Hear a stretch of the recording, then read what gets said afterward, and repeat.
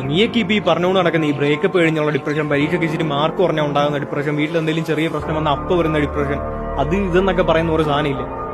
അതൊന്നും ശരിക്കും ഒന്നും അല്ല മോനെ. നിനക്ക് ശരിക്കും നിന്റെ ലൈഫിൽ ആ റിഗ്രറ്റ് ഉണ്ടാകാൻ പോകുന്ന എപ്പോഴാണെന്നറിയാം?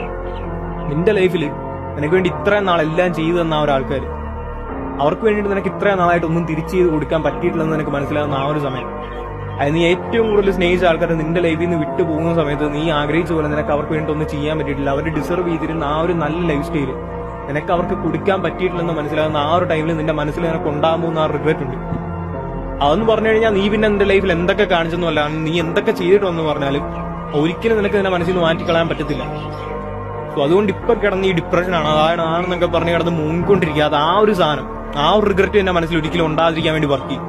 നിന്റെ ലൈഫിലെ നിന്റെ ആ റെസ്പോൺസിബിലിറ്റി മനസ്സിലാക്കി, നിന്റെ ആ ഒരു പെർപ്പസ് മനസ്സിലാക്കി ആ ഒരു നല്ല ലൈഫ് സ്റ്റൈൽ ഉണ്ടാക്കാൻ നോക്കും. നിനക്ക് വേണ്ടിയിട്ട്, നീ ഇഷ്ടപ്പെടുന്ന ആൾക്കാർക്ക് വേണ്ടിയിട്ട്. അല്ലാതെ വെറുതെ കഴിഞ്ഞു പോയ കുറെ സാധനം ഓർത്ത് കിടന്ന് മുങ്ങിക്കൊണ്ടിരിക്കാതെ.